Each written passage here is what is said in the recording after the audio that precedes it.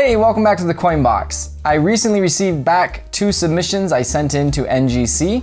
So in this video, I'd like to do a kind of unboxing and just do a walkthrough of what I received and a commentary on not only the coins I received, their grades and varieties and attributions, but a little commentary on the way I perceive at least the current state of grading and such. So I received this big box here. I sent in 2 submissions. They came back in 3 boxes. The 2 submissions were 64 Libertads, which we'll go through first, and then 15 medals. And ironically, I'll go through the timeline here. Ironically, the 15 medals, the submissions, so there were 2 submissions that I sent in together, and I had them ship back together. And maybe that was a mistake, maybe not, and I'll explain why. The submission with the 64 Libertads was done relatively quickly. I would estimate that if I had just sent that in, I would have got them back maybe within even a month's time, so relatively quickly. The fact that I sent in 15 medals made it to where it took 4 months and a half to get my both submissions back, which is kind of crazy. So the timeline on this was that I shipped to them on Tuesday, February 18th of this year. They they received them, or the shipping service delivered to them on the 20th, and they officially received it on their website on the 24th. And then they were scheduled for grading the very next day, the 25th, which was already an improvement because in my last submission video, which I will be referring to that video quite several times throughout this video. So if you haven't seen that, I'll leave a link up here to my other NGC unboxing video. But in that one, they took almost a month, if I recall correctly, to even update their website to say they received the package, and then eventually scheduled for grading and such. So this was a little faster turnaround already. So they were scheduled for grading on the 25th of February. Now they finished the Libertads, the submission, I want to say about a week later, because on the 11th of March is the next update. So maybe a couple weeks is when I had to write to them. So I got the results. They don't give you the grades, but they give you the attributions that they're going to put on the labels for the most part. At least for the varieties, when it's a variety attribution or an I believe even an error attribution, they will update that and let you know. So that updated, and I noticed that they got some of them right, but some of them wrong. And I will go over this once we go through these varieties and let you know which ones they got right, which ones they got wrong. So I emailed them and asked them to please review a total of 3 different varieties, not 3 coins, but 3 varieties. And I sent in several, not Libertads, I sent in several of each variety. So I had them review them. And I'll come back to this. So it was a blessing in disguise that they took so long on the medal submission, because what happens often is you send in a submission, and I'll start opening this to not bore you with talk as we go. So these are the Libertads here, which we'll be going through. What happens is you send them in, and then they'll update and say, okay, this is what we found. But then often you won't really find that out till they say, hey, we're shipping back to you. So by then it's too late to correct anything because they're already on the way back to you. So then you would have to ask to send them back into them and have them review them at your expense, unless it's their mistake. So it's kind of an interesting way of doing it. But so the fact that they took longer on my second submission, this submission just kind of hung around. So I had time to email them and say, hey, please check these 3 varieties.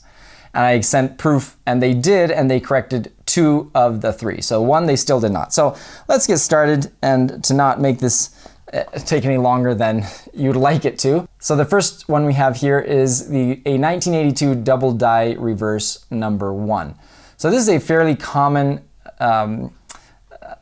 variety, the DDR number 1, but it's still pretty special. I had several of these around, so I decided to send them in, get graded. This is an MS65, and again, grading is subjective, and I will not only repeat that, but emphasize this throughout this video. I really don't want this to be, just a negative video, although there will be several complaints I have, issues I have with the varieties and attributions and grades and such. But here we just have a couple pretty straightforward MS65 DDR1s. Here's the third one. Again, these are all MS65. So I sent in several of each variety that I wanted attributed, and I, of course, put it on the label. So I sent these 1982s for the DDR1 label. These first 4 at least got MS65. Now we bumped up a grade to MS66. There are those of you that may not care for varieties. I do, and especially double die varieties. They're just really cool to me to see the doubling. Now, if you don't know where to look for the doubling or what it's supposed to look like, then I get it. It can be confusing and somewhat frustrating.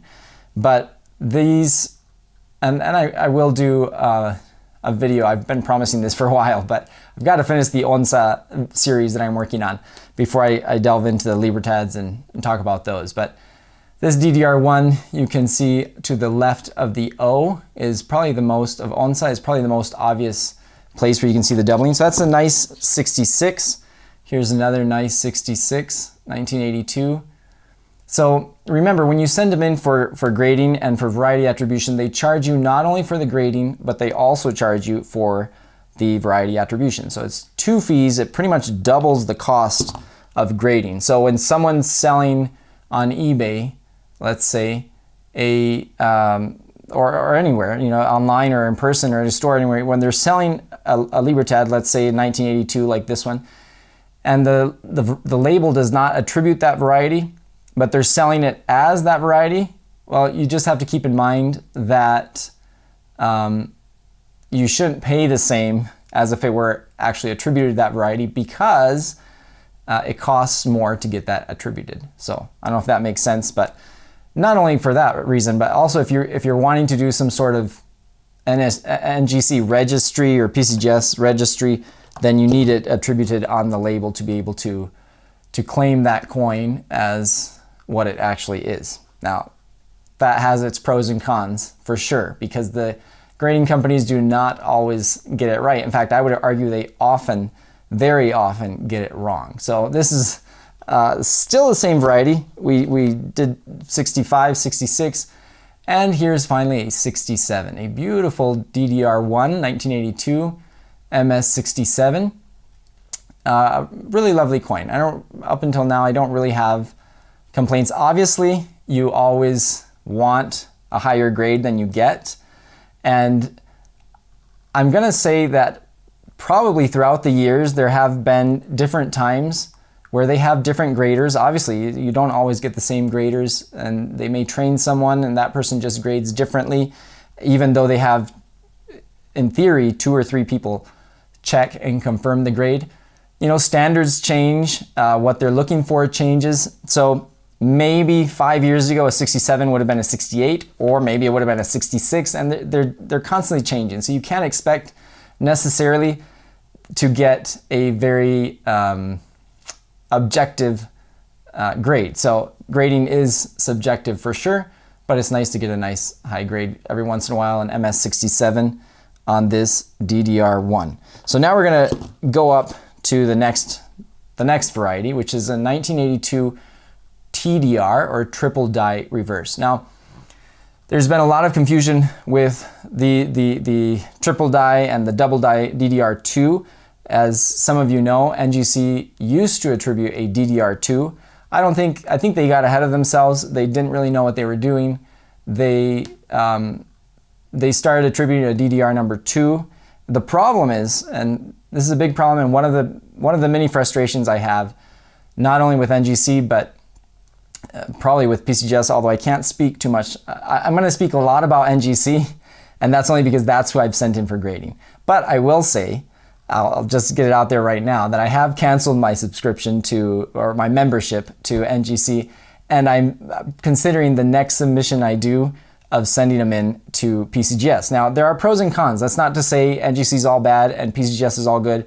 I'm sure there are pros and cons. Some of the pros of NGC that I appreciate are the variety attributions, which PCGS does not do as many. They do a few, but they do not do as many, especially on Libertads. The problem is with NGC is they don't always get it right. So it's like they want to help. They want to help collectors, attribute varieties, but they often don't know what to look for. They don't know what they're doing, and they make mistakes. So going back to the DDR2, that was an MS64 triple die. I want to finish what I'm saying about the DDR2 before continuing on. This one says cleaned, but I'll come back to this. The DDR2, they started attributing the DDR2. In my last video, if you watch my last video, you'll see that they often graded, and I can prove this with registry sets. You can go looking through registry sets as well.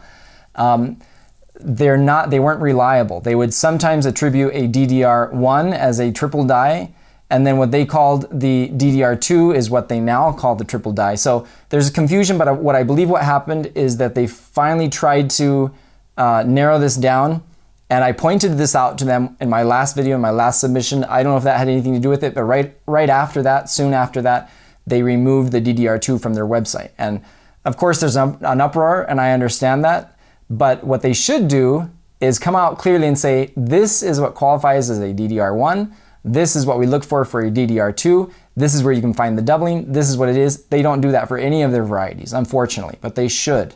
They should do that. So to avoid this confusion. So what I believe happened is they removed the DDR2, but now the triple die is what they used to call the DDR2, because the triple die was kind of a catch-all for DDR1 and DDR2, and sometimes they'd attribute, it was very confusing. But now they're back down to a DDR1 and a triple die.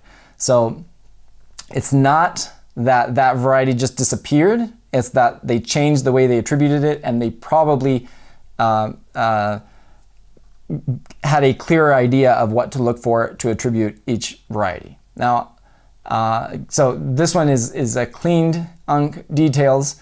My only comment on this one, it's got some decent luster. I think, I don't recall super well when I selected this one what my thought process was. I thought there was a chance, I think, that it came back cleaned, but I also thought there was a chance it wasn't. It was kind of a toss-up. I decided just to send it in. It doesn't have any obvious hairlines or anything like that. It doesn't have actually hairlines. If anything, it's a little opaque.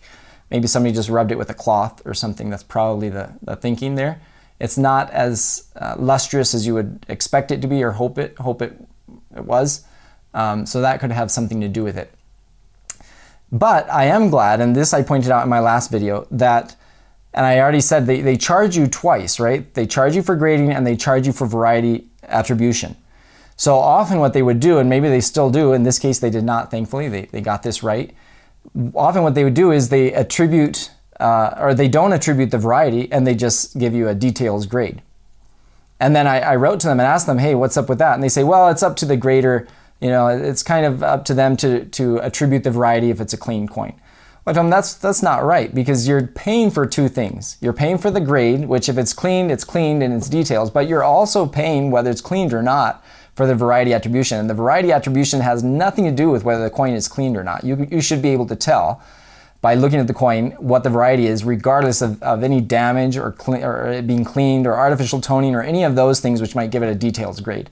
So in this case, they did still attribute the variety as a triple die reverse, even though it's unfortunately cleaned according to NGC. So I am happy that they at least attributed correctly the variety in spite of it being a cleaned coin. So we're still on triple dies. This is a 65. I will say that with the triple die variety, it's pretty hard to find them in high grade. Most of the ones I see in registry sets that are high grade, so 60, above 66 or even 66 and above, are not true triple dies. That's the confusion there. They're DDR1s that they've attributed as TDRs, as triple dies.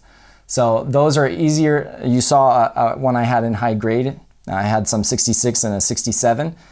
Those are usually what you'll find in a registry set, a high registry set. You'll find actually the DDR1 attributed as a triple die in a high grade.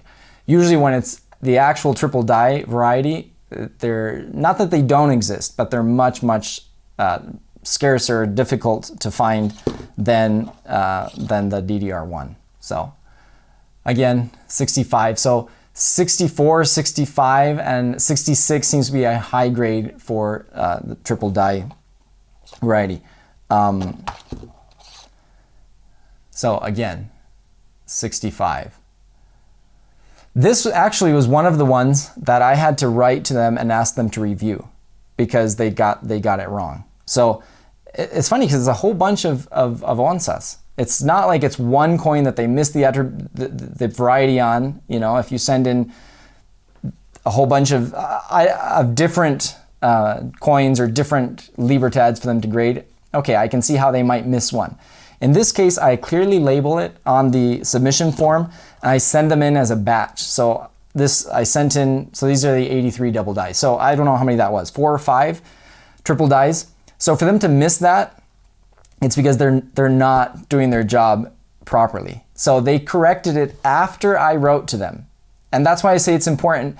It was unfortunate that they took so long, that they took 4.5 months.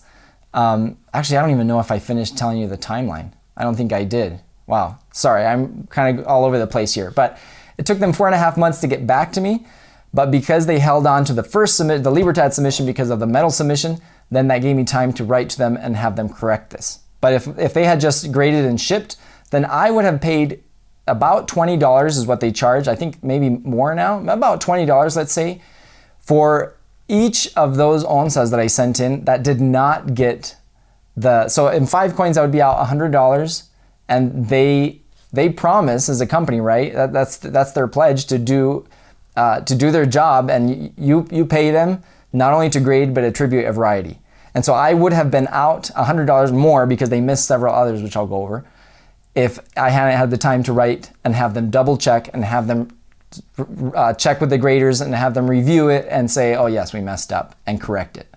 So it's kind of unfortunate that it works that way, but they're not very good at what they do, I would say, in terms of variety attribution. Now these, let me pause here before I get into the 83s and let me finish the timeline just so I don't forget later on. So again, I sent them in the 18th of February.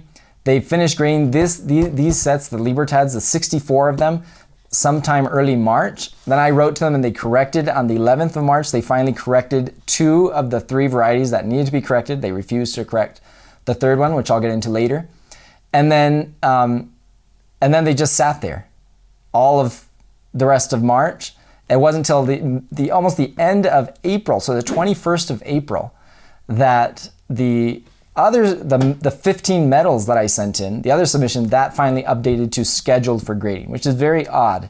Why would it sit there February and March for 2 months without being scheduled for grading at least? But it sat there for 2 months, was not scheduled. It was scheduled for grading finally on the 21st. Then a whole April, April, May, June, two months after it was scheduled, supposedly scheduled for grading. So it sat there scheduled for grading 2 months longer. From the 21st of April to the 19th of June, then it finally updated to actually getting graded, grading and quality control. The 23rd of June, grading, encapsulation, and imaging a few days later. And then they shipped back to me on the last day in June, and I received them the 3rd of July. So I sent them in the 18th of February and received them back the 3rd of July, 4.5 months later, which is crazy if you think about that. I mean, I don't know how that flies with anyone. Honestly, when I sent them in, I did not think it would take that long. And for the irony is they didn't take long on the Libertads, which was 64 of them. They took 4.5 months essentially to grade 15 metals. That's just wild to me. And maybe that's the norm. I don't know what it is like at PCGS, if it's kind of the same expected. But that to me is just wild that it took 4.5 months to get back to me. One last thing really quick here, I promise. This is on the metals box. Keep in mind, this is not the Libertad one. This is the metals submission that took 4.5 months to grade.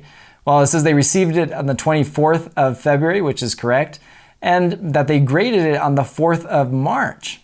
And the due date wasn't until the 7th. So look at them. They can pat themselves on the back. This is not accurate at all. It took them 4.5 months. They didn't grade till June. So this is what happens when you rely on your internal metrics and to not have to improve customer service and to just say, you know, we're doing a pretty good job. We're grading ahead of time. So take it for what it is. Let's continue here. This is a 1983 double die. This is a 66, a very pretty coin. In my view, 65 is kind of standard, run-of-the-mill. It's a nice grade, but it's kind of a run-of-the-mill grade. Anything lower than 65 starts to be almost undesirable, especially for more common coins like Libertads. And then 66 obviously starts to get nice. But often you cannot tell apart 66 from a 67 and even a 68, which I will show.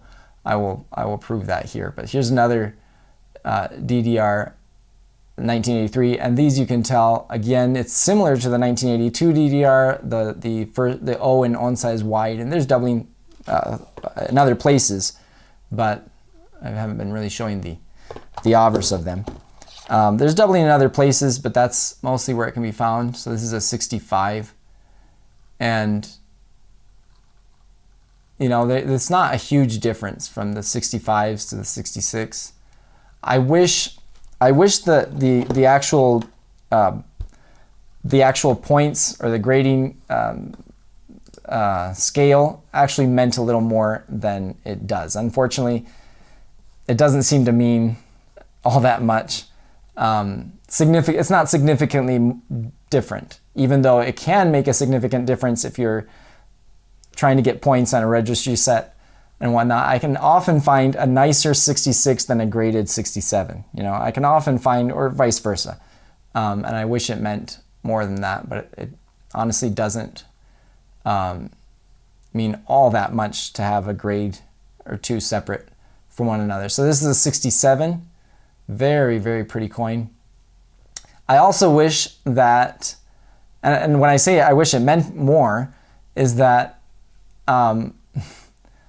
68s, especially with NGC, I think, right? 68s, 69s, and 70s are, in some, with some Libertads, for example, are almost impossible. It seems like they're almost impossible to get. But then when you do come across some online, on eBay, or somebody posts a picture, you can see them, and sometimes you look at it and you say, wow, okay, that's a 68, you know, that's a 69. I can see a whole bunch of bag marks or marks here or marks there. Like, what makes that so much nicer than a 67 or a 66? Again, grading is very, very subjective, but this is a very pretty MS67. Would I have liked higher? Of course. You know, you always want higher than what you get. Although I don't want to sound like I'm just always complaining about the grades. I probably am, but that's not my point, to just complain and say, oh, well, this 66 should have been a 67. No, my point is that they're not people. What happens is you send in a coin for grading, and whatever it comes back as, that from that point on, most people will take that number, and that coin becomes that number. And what I'm saying is it's not always accurate. You know, you may have comparatively and still subjectively, but you may have a 68 coin which got graded as 66, and someone else might have a 66 that got graded as 67. And now all of a sudden that 67, the number on paper and in the registry and online, that coin becomes all of a sudden automatically nicer than the other one, even though if you looked at the two side by side, and if you had to choose between the two, you would 9 times out of 10 choose the one that's graded lower. Now, people say buy the coin and not the holder. Well, okay, if you buy the coin and not the holder, that's great. I agree with that, actually. I would do the same thing, although I will say I don't buy very many graded coins, at least not for myself. Buy the coin and not the holder. Well, in that case, why get it graded? What's the point of getting it graded if you're going to buy the coin and not the holder? If the coin is so much nicer than what it actually says it is, then why send it in for grading? Why give validity to companies that don't know how to do their job? You know what I mean? And you may say, well, you sent a whole bunch in for grading. Yeah, I did, but these are not coins that are this is not my collection. And I get it. I don't want to be too judgmental here. If people like sending their coins in, I get it. There are some really nice pros to sending your coins in. To begin with, they're in a nice holder, they're protected, they're sealed. It's an easy way to present them. It's an easy way to organize them, keep them sorted, know exactly what you have, what grade you have, you know, if you believe the grade, what variety you have, if you believe the variety attribution. It's nice to have, for those that like building registry sets, more power to you. That's great. It's not my thing, at least not at this point in my life or collecting journey.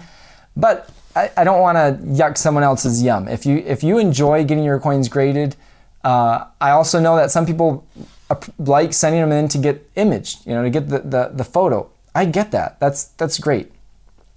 My only point is, don't put too much weight on the grade of a coin. I personally do not. 99.789% of what I buy is I buy raw. Why? Because I don't want to pay the premium that comes with buying a coin that's already graded is a huge part of it. So not only do I not grade my own coins, I don't buy coins that are already graded. Now these are not my collection. These are to sell. That's why I sent them in to get graded, because it is true. One of the pros of getting them graded is they're easier to sell, especially if you're doing varieties, which is why I send in a lot of varieties for getting graded, because I may list a coin and say, hey, this is a 1983 DDR double die reverse. Well, okay, you may believe me, you may not. But once it's encapsulated on the holder and it's attributed, you know you're getting a 65 and you're getting that variety.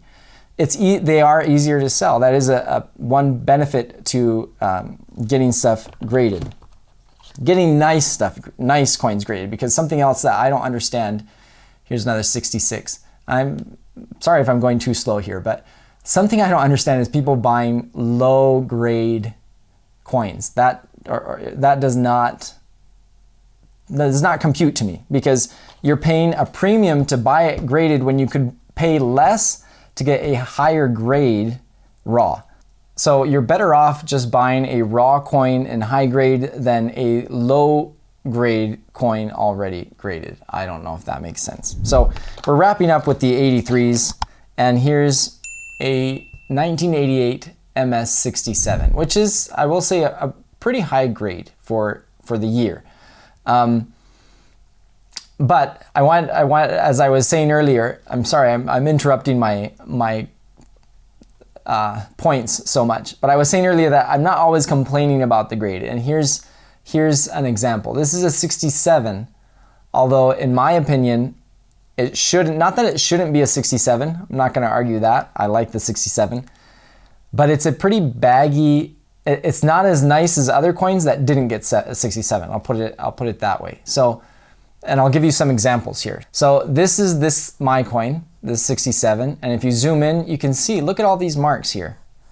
All over. I mean, this is a 67. Look, marks, bag marks all over the place. So that's my point when I say, okay, a 67. On paper, this is a nicer coin than this one. This is for my previous submission, and these are the ones I argued these were beautiful, beautiful coins. Now I already sold them. I kind of regret having sold all of them. I should have kept, like this one, I should have kept it, because it really is one of the prettiest 1988 Libertads I've ever seen. Definitely one of the prettiest I've ever owned.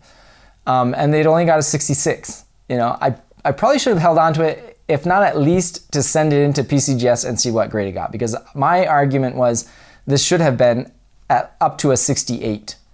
You know, I would say at least, but I don't want to say at least 68, at least a 67.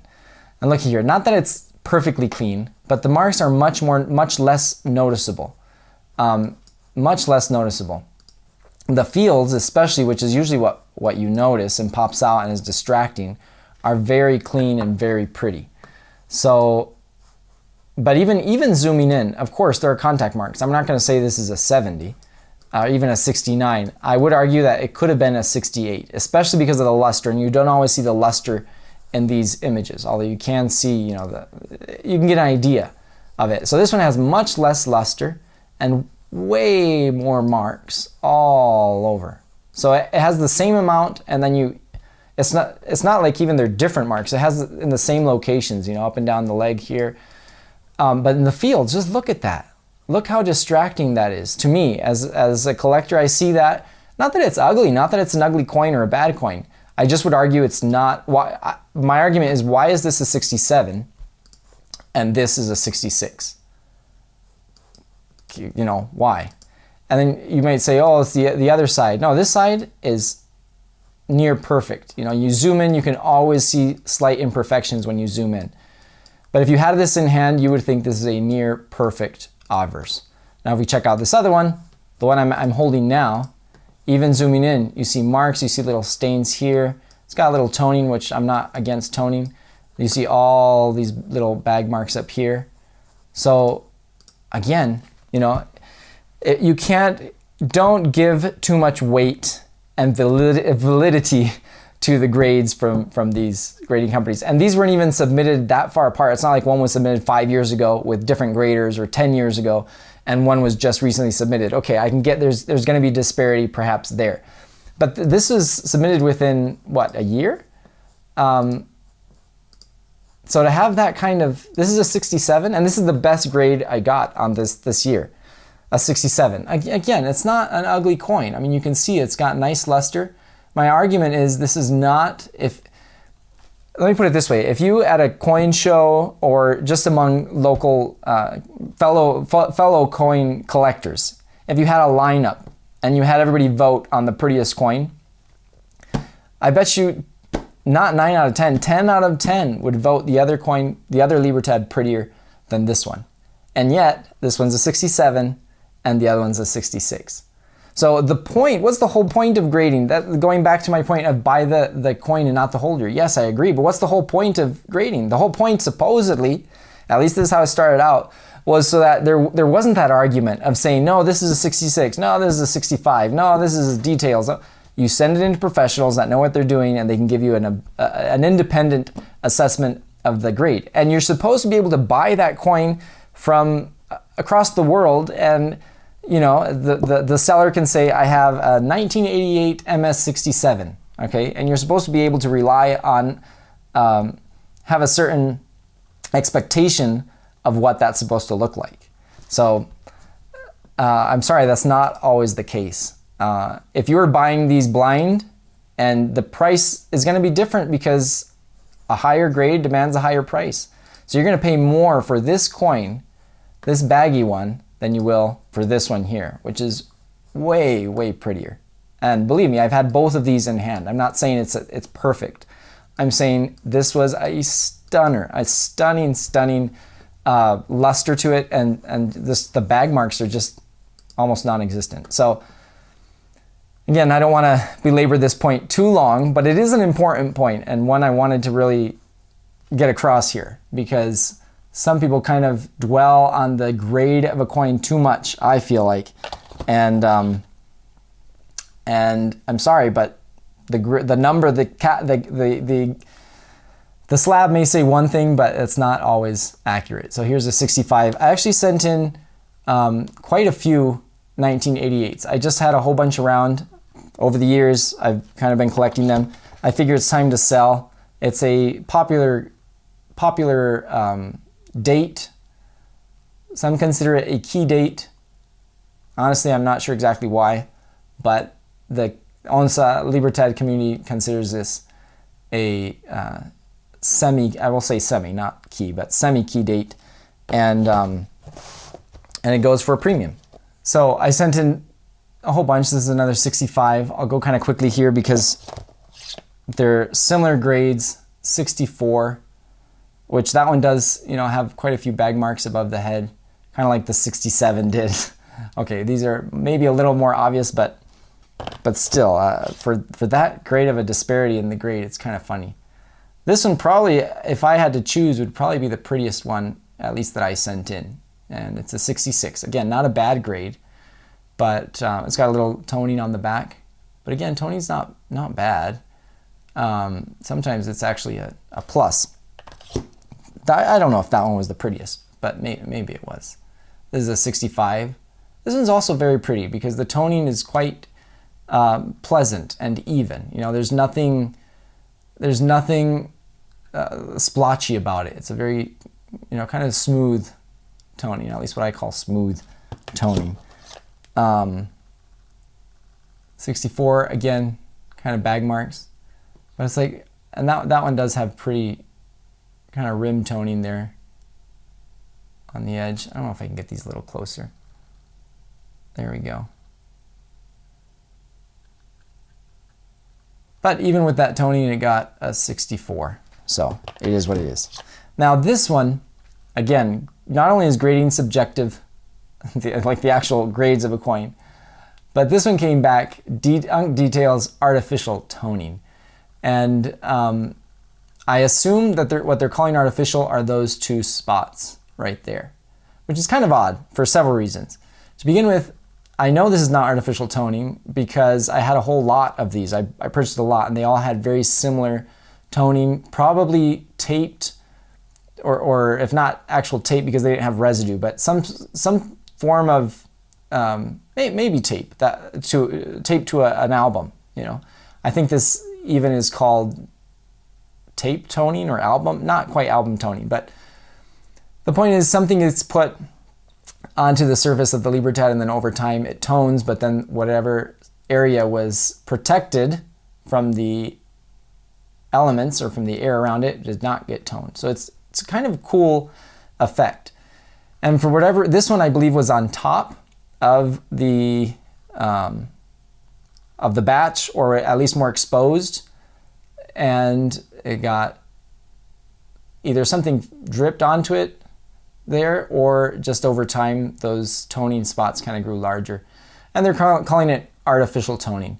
I disagree, but it is what it is. And these next few are part of that lot, so you can see that the toning on there, and then on the obverse you can see on the eagle. It's actually quite pretty, kind of a purplish toning there. And so I had several that I sent in, just like this, that I sent in my last submission. So if you watch that video, you'll see some in that video as well. So there's that one from that batch, and here's another one from that batch as well. A 66. Again, very pretty. This is probably the one of the prettier obverses from that batch. So it's kind of purplish, kind of got a yellow streak.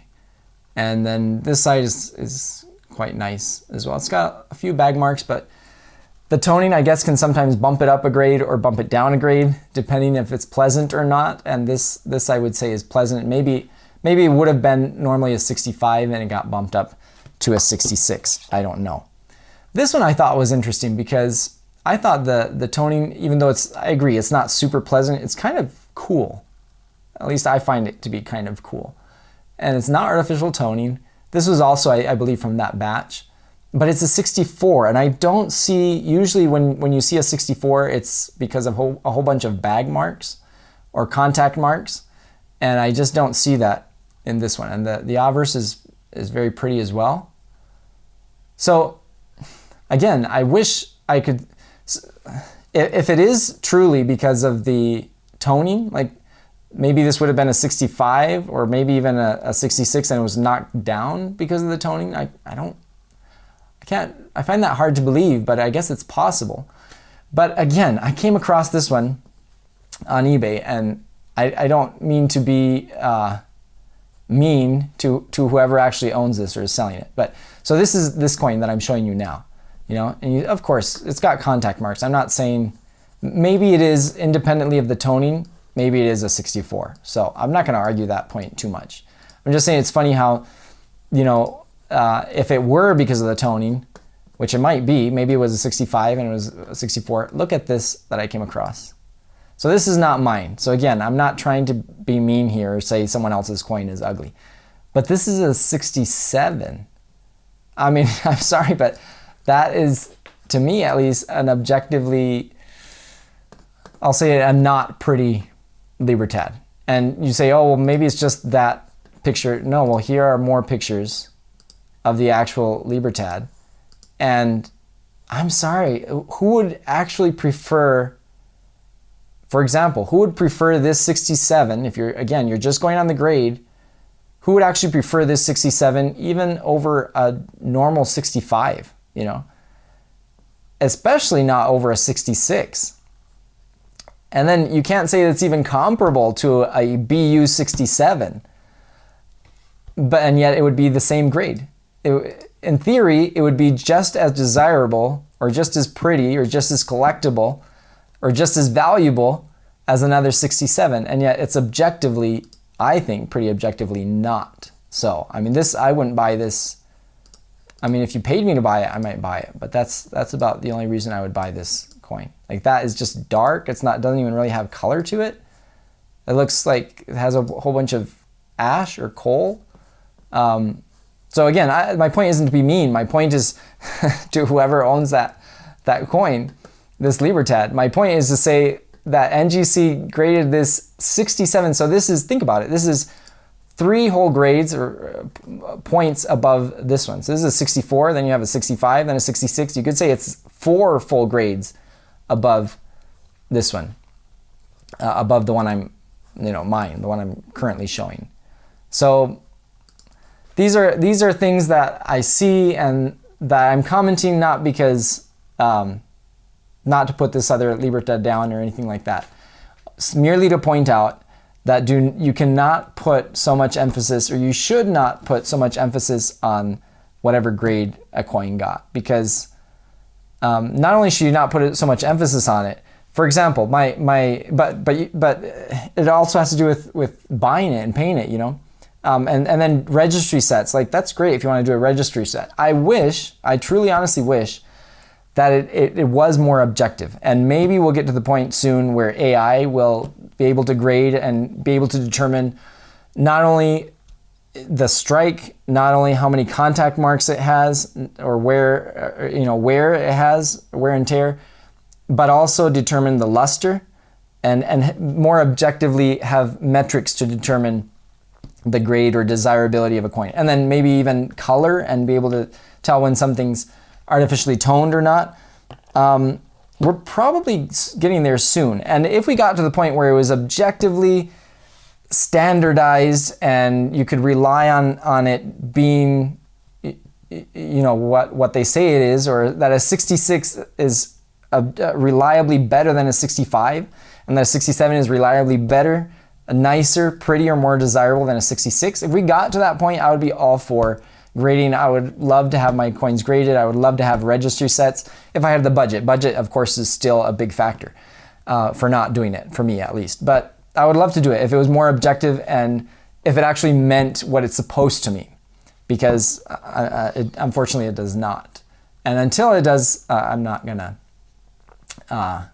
just gonna be a little wary of putting too much weight on a grade or of a coin. Now, this one also got artificial toning. You can judge for yourself. To me, it's got very nice luster, and to me, it's a very, very pretty. It's very pretty toning. Now, it may be artificial, or you may look at it and say, "Oh yeah, that's definitely artificial." You may not agree with NGC and say, "No, that looks, to me, it looks really pretty." You see the blues, and then even the colors look right, which is why I sent it in. Of course, there's always the risk of them attributing, like the one I already showed, which I'm going to argue very strongly that is not artificial toning, but they consider it to be artificial toning, and it is what it is. This one here, I will say though, they say this is artificial toning. That is also very, very subjective, as you know. Probably more so than as subjective as it can get, I guess. But I will say that I might, for the sake of the channel and for the sake of experimentation, I might end up cracking this one out, and there'll be a couple more in here that I'll show you. I may end up cracking it out and sending it into PCGS just as an experiment. and see what they give it. Because I know of a guy, and again, if you know who I'm talking about, maybe this guy even watches the channel, I don't know. Again, nothing personal, and it's great that he's found kind of a cheat code around this. But I'm going to show you here. I'm going to say he tones his coins and sends them into PCGS and gets them straight graded. So here's an example. Look at this. This is a 1986 proof Libertad. And I mean, you can't get more obvious than putting a star shape on the obverse to say that's artificial toning. You know, I just don't get it sometimes. So PCGS, in my experience, or from what I've seen, I can't say my experience because I haven't ever submitted coins or Libertads to PCGS, which I probably will soon, and that will probably be my next submission, probably where it's going. But because I've canceled my NGC membership. So I may try PCGS, but no matter who you are, PCGS, NGC, Annex, no matter who you are, if somebody really looked at this, not somebody, in theory, 2 or 3 people, graders, looked at this and said, yeah, that looks natural. You know, that looks like natural toning. And then again, if it was just this one Libertad, okay, you can make the argument, well, somebody placed that on there and then left it for years and, you know, came back later, and the shape itself doesn't mean that it's not natural toning. But this same collector does this to multiple coins. And so here's another example. So we have that one, and they're all the same with it kind of almost like seeping in from the edges. Trying to emulate album toning, which kind of starts usually on the edges and kind of comes in, but you can see that's not a natural progression of anything really. The colors, and then it looks more like a liquid, you know, started covering it than actual toning that comes in from the edges. So that one is just, to me, extremely obvious that it's artificial toning, and yet this got a straight grade. And you can see in these other images here that the color is also not it's not natural toning. So here's another one here from the same guy. Again, nothing personal, and that's why I'm not saying his name or anything. It's not that I'm upset. It's just that again, for anyone to say, oh, that got artificial toning, therefore it is artificial toning, or oh, that got a straight grade, therefore it's natural toning, is a little bit naive to think that that's always the case. So this is a 1986, again, another proof, I believe, and once again, the colors, to me, don't look natural. You can kind of see here. I don't know if I can zoom in on that. No, not much.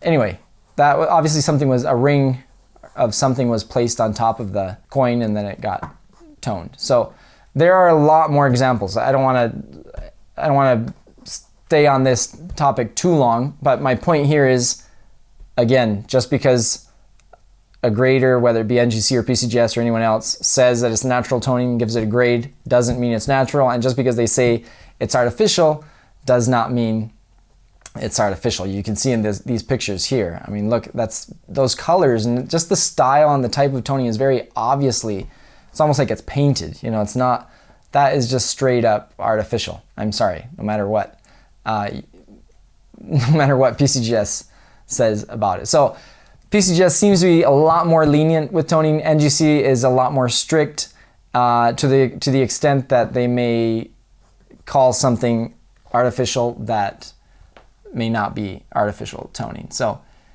anyway, tell me what you think, if this is artificial or not artificial, and if you think I should send it into PCGS and see what PCGS has to say in regards to that. So these are just several 88s, which are just normal 88s, no variety. This is the DDR1. So again, this is another variety which they, no, that would be the DDR2, excuse me. I was gonna say that they missed. No, they did get the DDR1. The DDR1 is a lot more obvious. It's very similar. You can see it in the lower inscriptions, especially 1988 Mexico. It's very similar to the 1987 double die.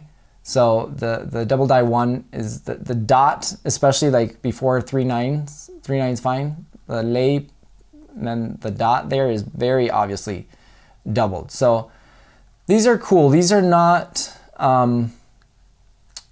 these to me are not very common. Now you may look at the numbers amount graded, but you can't just extrapolate that and say, oh, okay, well there are so many DDR 1988s, DDR1s graded, and so many total normal graded, and get the percentage and say that's the population. That does not equal population. It's just that if somebody has a DDR1, they're much more likely to send it in and get it certified than if you just have a regular 1988 Libertad. So the total population graded does not extrapolate to the total actual population of those varieties in the real world. So that's a 64. Again, it's been very hard to find a high grade for me.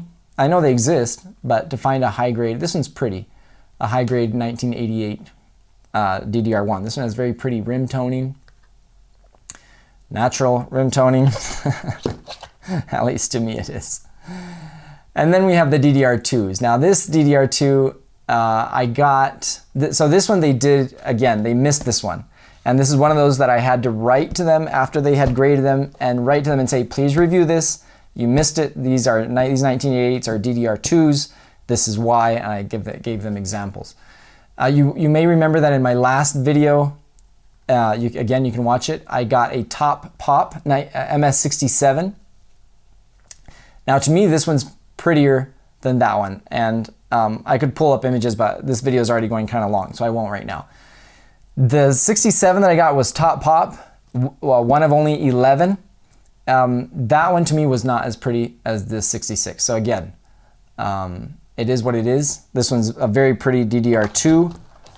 I've got to go a little faster here because I know nobody has all day to watch this, and I appreciate you watching this far. If you've watched this long, then and you're not subscribed to the channel, please subscribe to the channel and activate the bell icon to be notified of future uploads.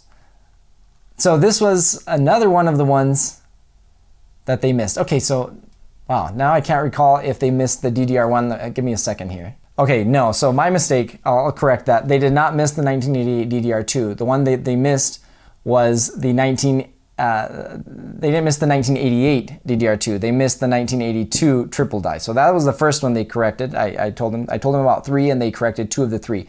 This is the second one that I had them double check, and they corrected. This is a new variety, relatively new, 1988 missing feathers under arm. In my opinion, it's kind of a, again, I don't want to be negative, but to me it's just kind of a dumb variety. It's kind of silly. The missing feathers are under this left, what would be the angel's left arm. So it's not a big deal, although people paid tons of money when these first started coming out.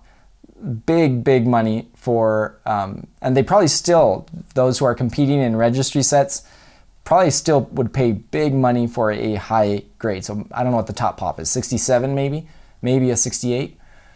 But to me, this is not as interesting as a double die. I sent it in, I got it attributed just to have it, and just, you know, to later maybe show as when I'm going through varieties and stuff to show you all. But sure, you can tell it apart, and that's fine. If people enjoy this kind of variety, it's fine. I don't enjoy it so much because it's not a different design. It's nothing. What's cool about double dies is it's not a different design, but since the die itself was hubbed twice, or triple dies hubbed 3 times, you can see doubling, and that in itself is cool. You can zoom in and see, hey, you know, it's double. It's not supposed to be double. So it's not a different design, but the die that minted each of those onsas will have that doubling, and you can tell them apart, and to me that's cool. This is not so cool because it was not doubling or anything like that. It's just simply when, I believe what it is when the die was hubbed, and only hubbed once, once or twice, but not doubled.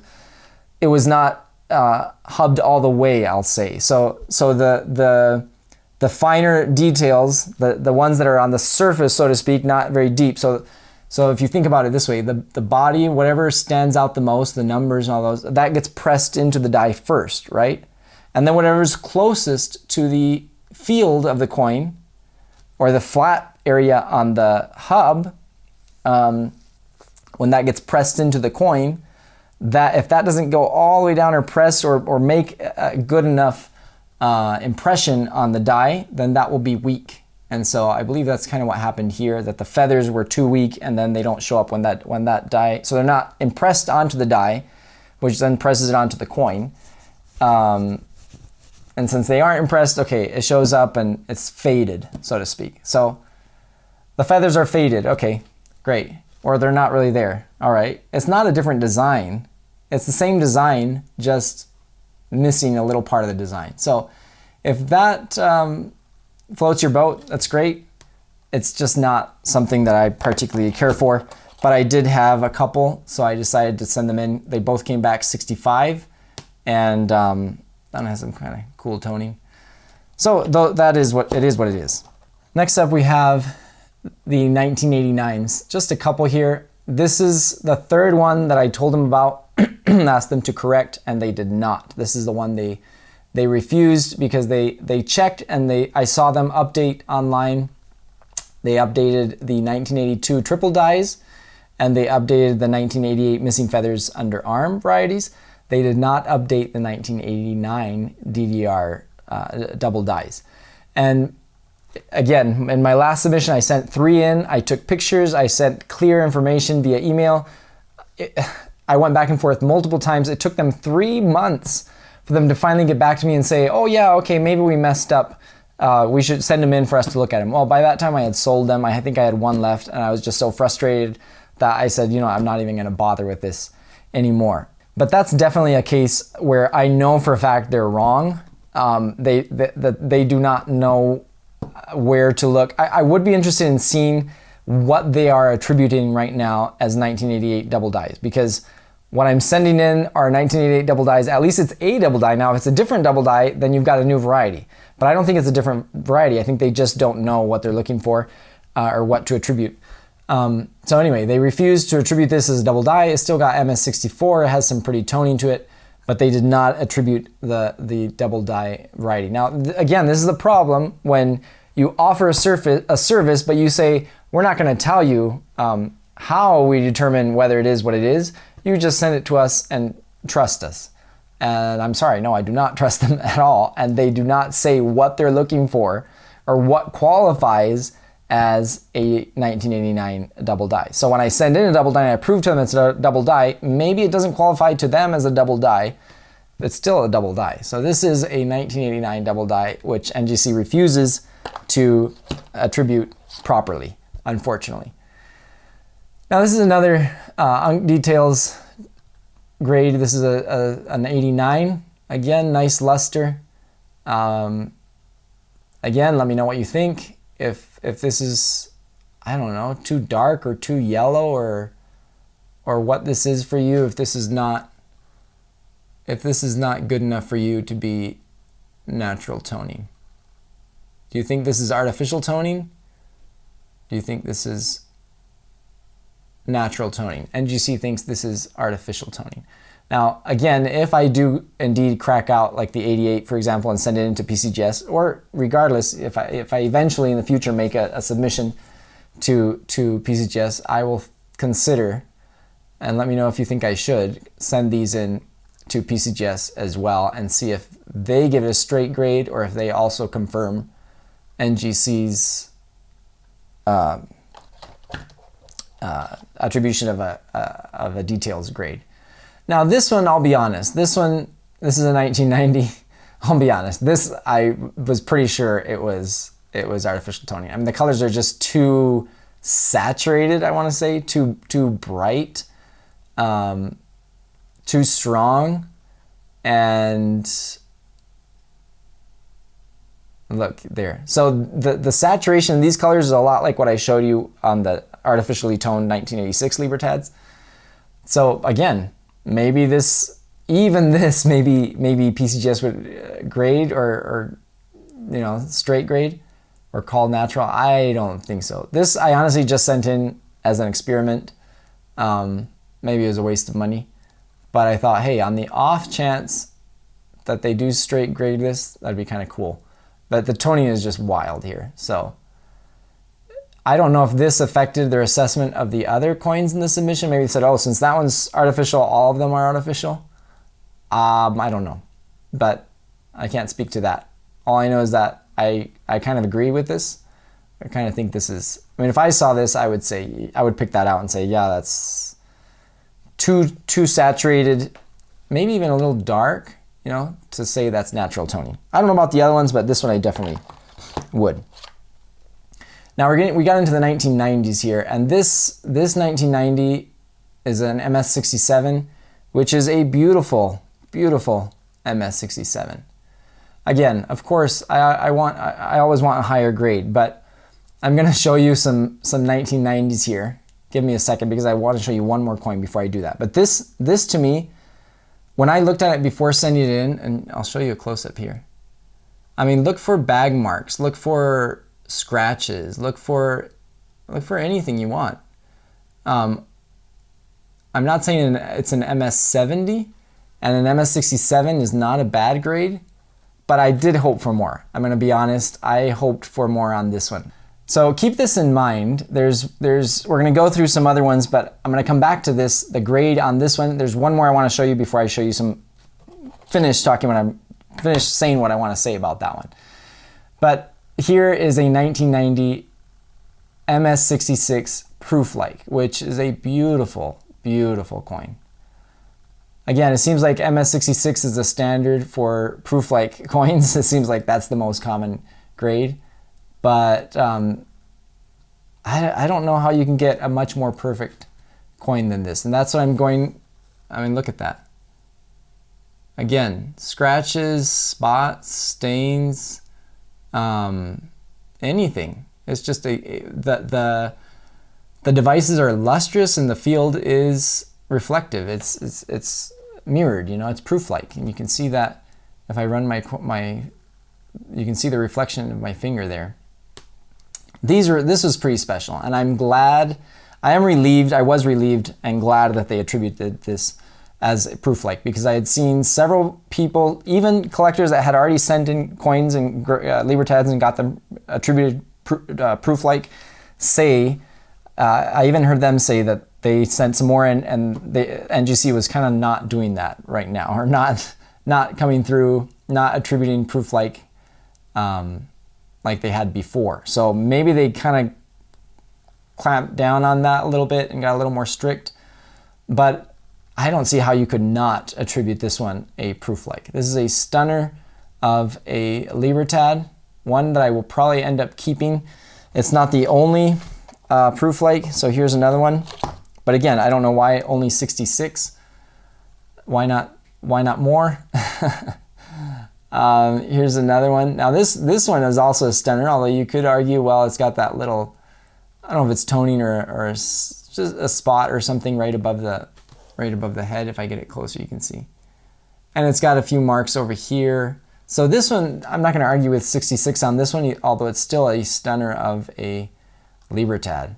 This is my favorite finish. When I found out about prooflike Libertads, I was just sold on them, and I love to look for them. I love to find them, and I am relieved that PCGS attributed them properly as prooflike Libertads, because again, you may send in a prooflike, and I will show you some that I think should have gotten prooflike that did not. So all you can do is be grateful when you do get a prooflike. Now, again, I'm going to put this one away, but keep that one in mind as we move on to the last box here. And I appreciate you sticking around this long, because this has not been a short video. So let's continue here. This is another one which I hoped they would give it prooflike. This is a 1990. Above the head, there's a little what I think were scratches on the die itself. It's not on the coin. But that translated to that part being slightly less reflective than the fields here on the side. I don't know if you can see that, you know, right above there. So maybe that took away from it, because the obverse is also very very much a proof-like. So again, you never know exactly what you're going to get, and this was just not quite good enough for them. Although in my eyes, in my opinion, this is a proof-like. This is not a normal Libertad. In fact, I should hold on to, well, I'll get another one here soon. I should hold on to a normal one so you can see and compare. Again, 66, a nice grade. This one I had also hoped. There were several that, those first ones I knew were proof-like. I mean, they had to be. And then there were several that could have gone either way. These were some of them, and NGC, I guess, is a little more strict about what they're calling proof-likes. Regardless, this is, again, a beautiful, beautiful coin. I think the 1990 Libertads have the best strike. There's just something about them, the best strike of the series. I mean, they're so lustrous, and so they definitely have the best luster of the whole Libertad series, especially of the older ones. But the new ones don't have hardly any luster. So I'll say of all of them. So here's another one that the moment I saw it, I bought this one at a coin store. The moment I saw it, and it was in a Dansko album. It just popped out off the page. I mean, it was a stunner of a Libertad, just because of the toning is really, really beautiful. I think it's a very smooth, even toning, some rim toning there, and then I could not find any marks on it whatsoever. Now you may look at it and see something, but I do not. It's a near perfect coin in my amateur assessment, I will say. But this one's a stunner. And that's why I wanted you to remember this other one over here that I showed you, which I'll pull out really quick, because this one here, this 67. So this one did get a higher grade. This got a 67. So I guess I can't complain too much if it got a higher grade than this one. But these are both stunning 1990 Libertads. And I want to show you, again, go back to the comparison here. So this is my 1990, and if you zoom in, which pictures will always show you things that you can't even really see with the naked eye, you can see a few marks here. There's a little mark below the neck, but even on the high points of the design, which is usually the leg here, you don't see much at all. And then in the fields are nearly perfect. There's a tiny little mark right here, and then maybe a little one right here. But that's a beautiful, beautiful coin, and you can see the other side as well. I mean, beautiful, no matter how you look at it. Of course, when you just see an image like this, you don't see the luster and you don't see the colors of the toning. But I can sort of show you that here at the table, and you can see how lustrous it is and how pretty it is. Now, this is a 66. Again, I'm going to show you someone else's coin, so it's not to diss someone else's coin. But this is a 1990. This is a 68. And this is a BU. And when I saw this one, again, these are the kind of things that I look at and I say, you can't put too much weight on the grade of a coin. You're calling this a 68? I mean, just look at all those marks just in the field. And then look at the angel. Look. Right there on her mouth, like all over the place. You're calling this a 68? I mean, look at that. All down here. I mean, I don't see how anyone can look at this and say that is nicer than that. Or less, in better condition, I guess I would say. And then if you're saying, well, okay, this one's toned and this one's BU. Well, I had this other one. You know, the other one I showed you, that's a 67. That 67 is way prettier than this 68. So look, I'll pull it up here. So this is a 67. I can zoom in, and once you zoom in, even the tiniest detail becomes clear. But so you just have a few marks across the body and a few tiny marks which you would not be able to even see with your eyes. On the angel itself, but the fields are all clean. You have a tiny mark right here. I'm just trying to nitpick because this is a 67 and this is a 68. I mean, I don't see how anyone could say, how is this a 68? And then of course, if you want to go even across other dates, well, we can go back to 66 that I showed you, the 1988 66. And how can you argue that this one's that much uglier than this 68 right here? This is a 68, and then you go to the other side of the coin, you can say, well, maybe it's just that side. This side, look at all these marks right here. Look at all those marks. And you can see a few here, but again, this is not a big deal to me. That you can probably see on anyone, but to have these, those are fairly large marks right there. And then on the other side, I mean, how can you can just see that even at a distance like that, you know, but then you zoom in, that's super obvious. And in the fields, again, I don't want to go on too long. I am going on very long with this, but my point, I really want to get this point across, that you can't say, oh, this is a 66 and this is a 68, therefore this is the prettier coin, or this coin's in better condition. I'm sorry, it's not. And that's why I say I wish the points meant something. I wish that it needs to, it should, but it obviously does not. I mean, this is a 66 and that other one's, and you can see, I mean, it's just beautiful. Beautiful luster, and the marks, like the fields are so clean. So clean. And the toning is pleasant. I love this one. I really, really, really, from the moment I saw it, which is why I bought it. And then when I was sending some in, I said, I've got to send this one in.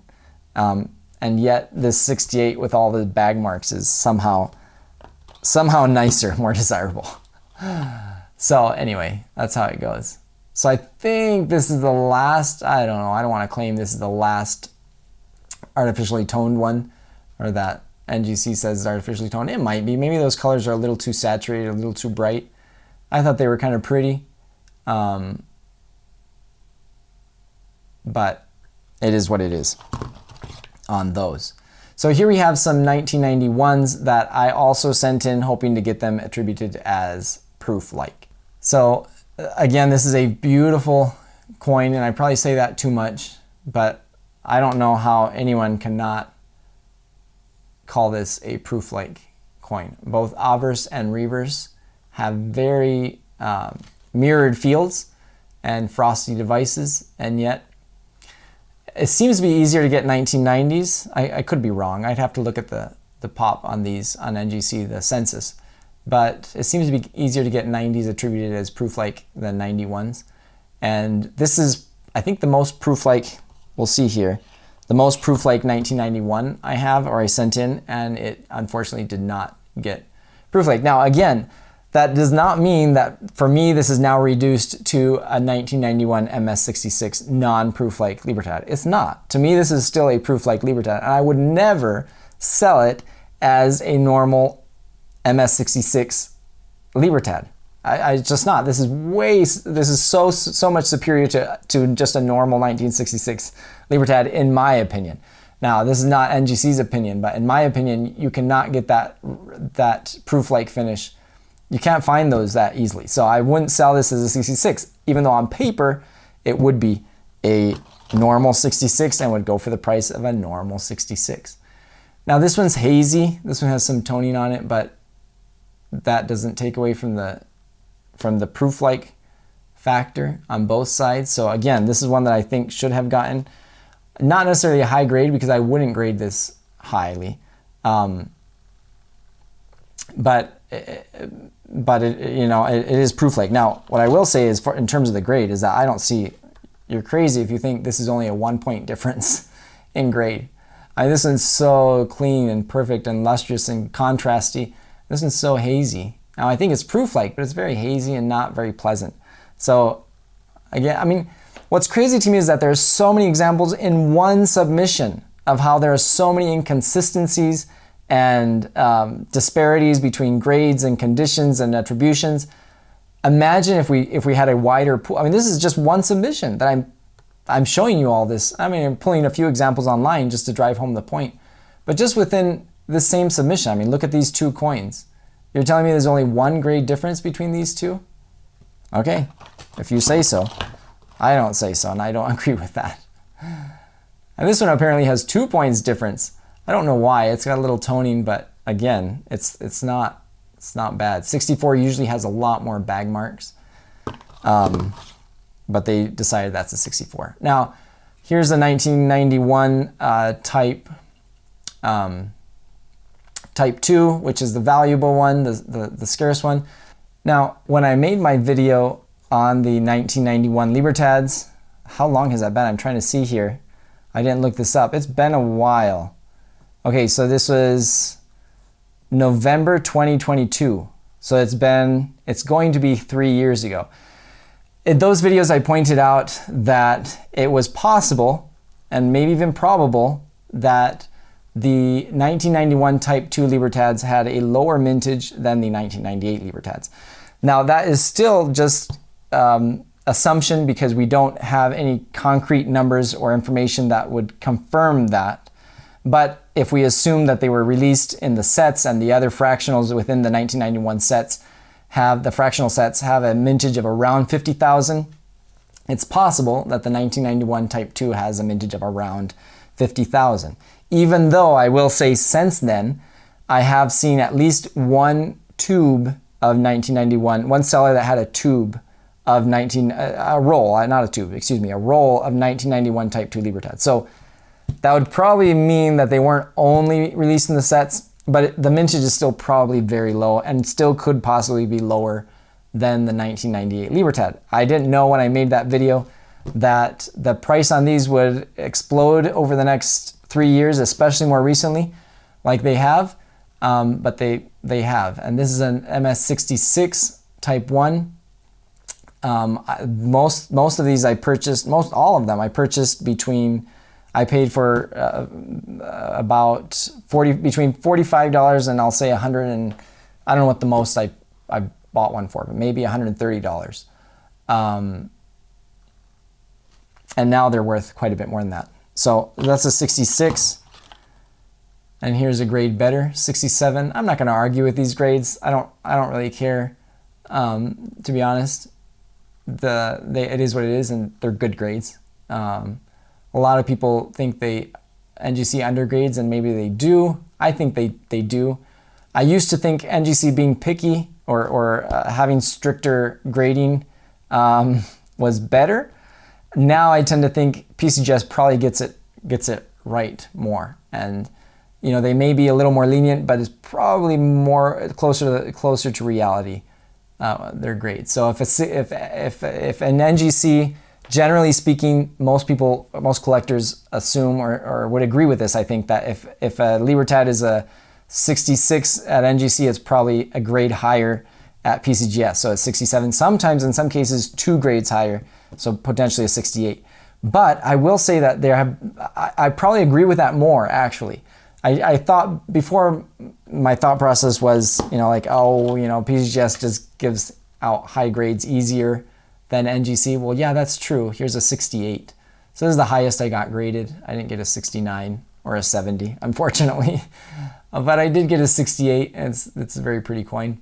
They're all pretty. The 66, 67. I think if I looked at them or if I showed them to any of you raw, you probably maybe a grade difference, but a 2 grade difference, I don't think there's a 2 grade difference between these, but NGC somehow saw something that they liked more on that one. This one is probably the one I think is the prettiest, actually, because it's a high grade, 67 is what they called it, but it's got light album toning around the edges, which really makes it quite pretty. So as I was saying with PCGS, the PCGS grading, they may grade higher, but it's probably more accurate in the sense that I've seen pretty perfect NGC 66s or 67s, especially when you get to a 68. It's like, how can that be any more perfect? If the standard's if the difference between a 68 and a 69 or a 69 and a 70 is so minute and so small, then what's the point? I feel like PCGS probably has more of a significant difference between the grades, and that to me is more important. Okay, we're finishing this first submission. This is a marathon video here. This is a 2006 MS65. Now, when I was sending these in, I had a few 2006s, and they're somewhat of they're a semi-key date, 300,000 mintage. I thought I'll just send some in, see what I get back. In my mind, I thought, the newer Libertads, the post 1996 Libertads, they're easier to get high grades on. Well, these came back 65. Now, what I think is funny, or what I had kind of a laugh at. I don't know why exactly it's 65. Maybe there's some hazy there that some would say is milk spotting. Maybe that's milk spotting. Maybe that's what did it, because there aren't really marks on it that would give it a 65. What I think is funny, or I thought was funny, was like, okay, there are three 2006s. Okay, so there's a 65, another 65, and again, maybe that's milk spotting or whatever, and that's why it came back low. That could be. But which one do you think got the highest grade? This one got the highest grade, which I don't know if you can see it through the capsule. I'll get a little closer, but it's got some, let's see, how can I make that show up clear? I'll show you the images here. So here's the image here, and we zoom in, you can see that scratch right there, and then another right there. Not a big deal, but what I thought was funny is that, okay, of the three to get the higher grade, the MS66, of course it's the one with the scratch right there under Plata Pura, right? I mean, sometimes you just don't know. So 2 65s and a 66, and which one gets the higher grade? The one with the scratch. Okay, so that brings us to an end with that submission. And I know this video is already super long, so I'll just go through this very quickly. It's really just 3 medals that I sent in. So I'll just show them here very briefly. The first medal is the 1962 Batalla de Puebla. And this one was, I believe this is the one that I thought was the prettiest and the one I had hoped for a 67. Of course you hope for a 68, but really I thought this was a shoe-in for a 67. The luster on it is just beautiful. It's just a beautiful, I've seen multiples of these, and so I was hoping for a 67. It did not, it came back as 66. This one I expected a 66. This one to me is not as pretty as this one, not as lustrous as the first one, but they both came back 66. So again, same grade, but to me not the same condition. This is a 65, which it is what it is. These are pretty medals. 65 is not a terrible grade, so I'll take it, even though I think some of these could have done better. Of course, you kind of wish you could talk to the graders and say, knock some sense into them. No, ask them, like, or not talk to them, but get some feedback and explain their reasoning for giving it a specific grade. Not on things like this. I know it wouldn't be worth their time to explain all this, but on some where it is a big deal and they don't, or for example, the variety attribution, that's a big deal if they continually deny that it's what it is. I've said this many times in the past and I'll continue saying it. Grading is subjective, variety attribution should not be. It's a lot more objective, and if you know what you're looking for, if you know what you're doing, it's pretty straightforward. So that's a 66, a pretty one. This is a 64, which I believe it's a 64 because they did not like the, not because of context mark, but they don't like the die polishing lines. So I guess some people think that detracts from the coin. Personally, I think it's cool, but I get how maybe it's not for everyone. This one, this is the one I'm talking about when I say I was hoping for a proof-like designation. Again, you see that and you can just see right away. I mean, compare these two. It's not the same finish, right? I mean, that's obvious to everyone. So again, why can't they see that? Why don't they agree with that? Same with this side. Now this is a little hazy with some toning, but that doesn't mean it's not reflective or proof-like. It is. And if I dipped this one, you could see it would probably remove some of the haziness, and I just didn't want to dip anything before sending it in. I probably could, and maybe that would have done it, because dipping, if you know what you're doing, not everything, and I don't recommend you do it if you don't know what you're doing, but if you do, it can work and actually help get coins better grades. But I shouldn't even say that, because then I'm going to be blamed for people dipping. Don't dip your coins. Okay, so so again, this one should have been proof-like. It's very obviously proof-like, but they did not attribute it to be proof-like. Again, I am going to repeat myself. I'm not going to sell that as a normal 65 because it's not. It's a proof-like 65. This one I agree with, and this one's cool. This one I asked for a mint error attribution, so they gave it a mint error MS66. This is one of the cooler results that I got back. And I would have been pretty upset if they didn't see this because it's quite obvious. But I've shown this actually on the channel, and I think I've even uploaded pictures to Instagram of the lamination that you can see. It's a long, big old lamination error on this Batalla de Puebla. I was pretty lucky to get this one. They're definitely not very common. I don't think NGC shows the census of error coins or medals, but it'd be cool to know how many of these there are out there. But this one's definitely one of the more special results I got back this time around. And this one's not for sale. This one I will keep. A lot of the other stuff I'm going to end up selling. This one I knew I wasn't going to sell. I just wanted it protected and attributed because of its uniqueness. So we're wrapping up here. This is the second to last medal. I had several of these that I had picked up on different occasions, and I really like the reverse here of some miners. I've actually been into a mine like that with the wood beams, the wooden beams. I've been into more modern mines as well, but the old style wooden beam mine is really cool to walk into. You feel like you're walking back, going back in time. So these are not amazing. I got some 64s. I was hoping for a 66. I only got 64s and 65s. Still a not very common silver medal with a cool, I want to say conquistador, maybe he wasn't, maybe, but still a Spaniard, a cool looking Spaniard. And some old style miners on the reverse. So those are cool. This one, okay, I have one more. But if you've seen one, you've seen them all. So I want to get to the last two medals, and I'm not going to show you the grade on these. Let's see if I can manage to show you the medal without showing you the grade. I want to show you the medals here, and I want you to decide or guess at the grade. So you're going to guess the grade on these, okay?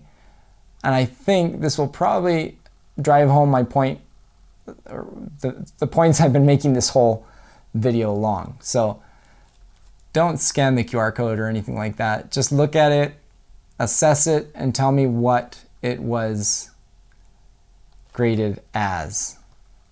So, did I show it there? I hope not. So here's one. I'm going to put that off to the side. And here's another. Trying to cover it up here. So, I didn't do this on the other one. I should do this on the other one. Show you the light. But this one, so two medals, the same medal. What were they graded is the question. So one question is, what were they graded? Another question is there any kind of difference between them? But I'll come back to that. Okay, so that was the second one. I'm going back to the first one now. Don't look at the grade. Oh, I was going to run along here. Whoops, like that.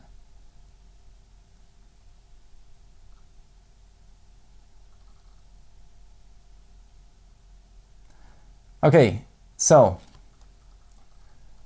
what were they graded? So here we go. This is a 1961-62 Emiliano Zapata medal, and this was an MS-66, which honestly I was very pleasantly surprised at. So I'm not going to argue with this grade. I'm not going to say I was hoping for higher on this one. That's why I say it's not all about complaining about the grades, because that's not what I'm trying to do here. This one I was very pleasantly surprised with the grade. MS-66, I did not consider this to be an MS-66. I thought 64, which to begin with, it's odd to me that they don't call this proof-like, because it's basically a proof medal. But I think maybe, if I'm not mistaken, PCGS might have this as an SP, like a special or finish or something along those lines, not just MS. But NGC, for whatever reason, calls this an MS. But so I was very pleasantly surprised that this was an MS-66. So I was thinking it was in 63, 64, so much higher than I expected. Now, having seen that one, what did you think of the second one?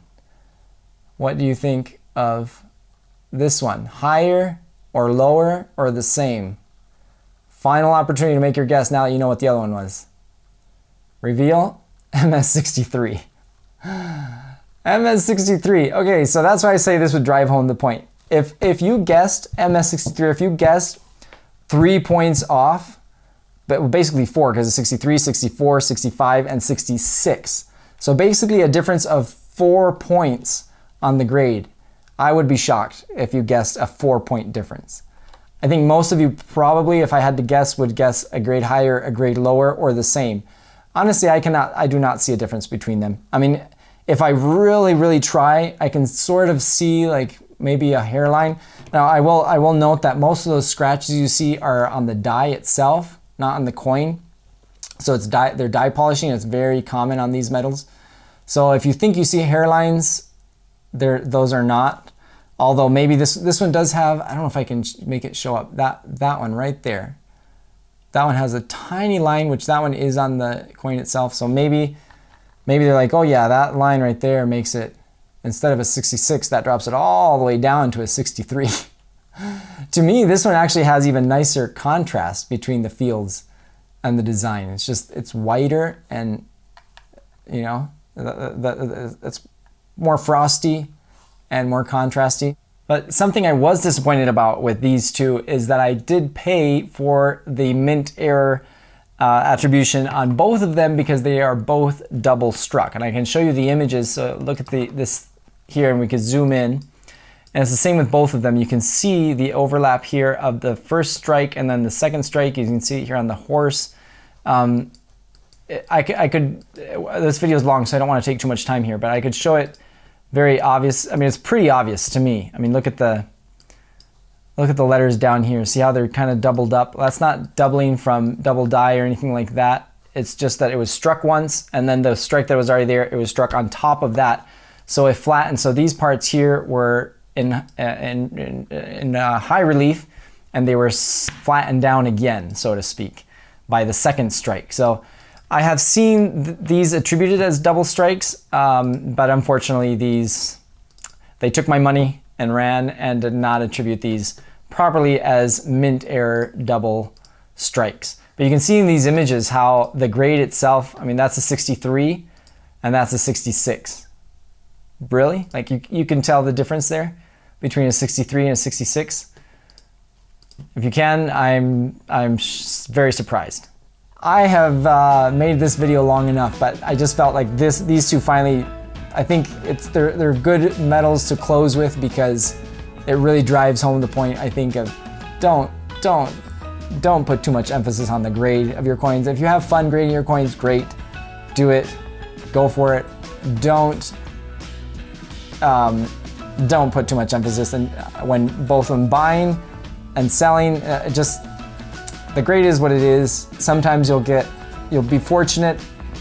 Sometimes they'll get it right. Sometimes they'll get it wrong. Sometimes they'll grade higher than you expected. Sometimes they'll grade lower than you expected. But I mean, I don't know. I could not probably have chosen two metals that were more alike than these two. And I would not be surprised. It wouldn't be a big issue if there was 1 point difference. You're talking a 63 and a 66. I don't know. I just can't. I can't even. So, thank you very much for watching. If you watched this long, I am just as shocked about you watching this long as I am shocked about these results here. Thanks for watching. I really appreciate it. Make sure to like, share, and subscribe. Leave me your thoughts in your comments in the comments below. Leave me your thoughts in the comments below, I should say. And we'll see you in the next video.